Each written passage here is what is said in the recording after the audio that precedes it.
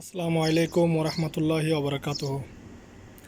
বাংলাদেশ থেকে অনেক ভাই কমেন্ট করতেছেন, ভাইয়া ওমানের ভিসা নিয়ে কিছু কথা বলেন। ওমানের ভিসার আপডেট খবর কি? আমরা শুনতেছি ওমানের ভিসা খুলে দিছে, আমরা অনেক মানুষকে টাকাও দিছি, তাইলে আমরা কীভাবে আসবো? এখন মানুষগুলো আমাদের সাথে আর কথা বলতেছে না, আপনাদের টাকা খেয়ে ফেলছে আর কি। এটা আর বলার আর কিছু নাই, এটা টাকা খেয়ে ফেলছে আপনাদের কি জন্য।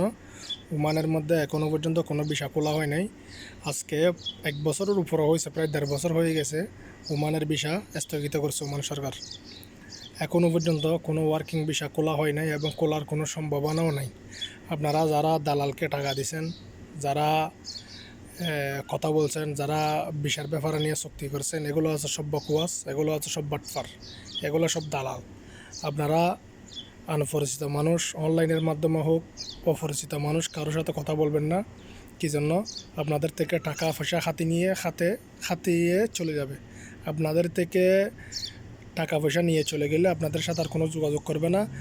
ওমানের ভিসা বন্ধ, আপনাদেরকে ভিসা কোত্থেকে দেবে ওরা?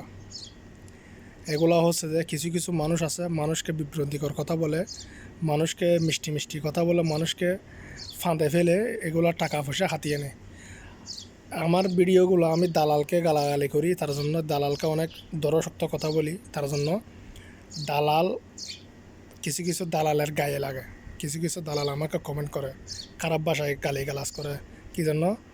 দালাল কুত্তার থুনা খারাপ, কুত্তার থেকেও খারাপ দালাল। এই দালালের ফাঁদে যারা পড়বে তারা জীবন নষ্ট হয়ে যাবে। ওমানের মধ্যে যারা আসতে চাইতেছেন তারা অবশ্যই নতুন বছর আসলে হয়তো ভিসা খুলতে পারে, হয়তো আসতে পারবেন, কিন্তু আপনারা একটু ধৈর্য ধরুন, অবশ্যই খোলা হবে। কি জন্য? ওমানের মধ্যে এখন মানুষ কমে যেতেছে, এখন বিভিন্ন রকম আউটফাস দিতেছে, অবৈধ মানুষ ধরতেছে, বিভিন্ন রকম মানুষ কমে গেছে, কাজের মানুষ। অবশ্যই যে সময় খোলা হবে ভিসা আপনারা আসতে পারবেন, যে সময় আপনারা কনফার্ম হবেন ভিসা খুলছে তখন আপনারা আসার চেষ্টা করবেন। বর্তমানে এখন কোনো কথা বলবেন না। কি জন্য? এখন কোনো বিষয় খোলা নাই, কোনো ওয়ার্কিং ভিসা, কোনো কাজের ভিসা, ঘরের ভিসা, কোনো ভিসা হোক খোলা নাই। কোনো ভিসার সম্পর্কে কারোর সাথে কথা বলবেন না, আপনারা এগুলা থেকে দূরে থাকবেন। সবাই বাটফার থেকে, দালাল থেকে সবাই দূরে থাকবেন, দালালকে কেউ প্রশ্রয় দেবেন না।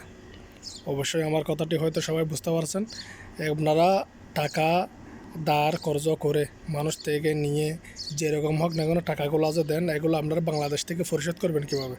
কী জন্য? এখানে তো ভিসা খোলা নেই, আপনি আসবেন কীভাবে? এগুলা মাথায় রেখে কাজকাম করার চেষ্টা করবেন, কারো ফাঁদে পড়বেন না, কারো ফাঁদে পড়বেন না। দালালের ফক্করও পড়লে জীবন বরবাদ। সবাই দালাল থেকে সাবধান। সবাইকে ধন্যবাদ। আসসালামু আলাইকুম।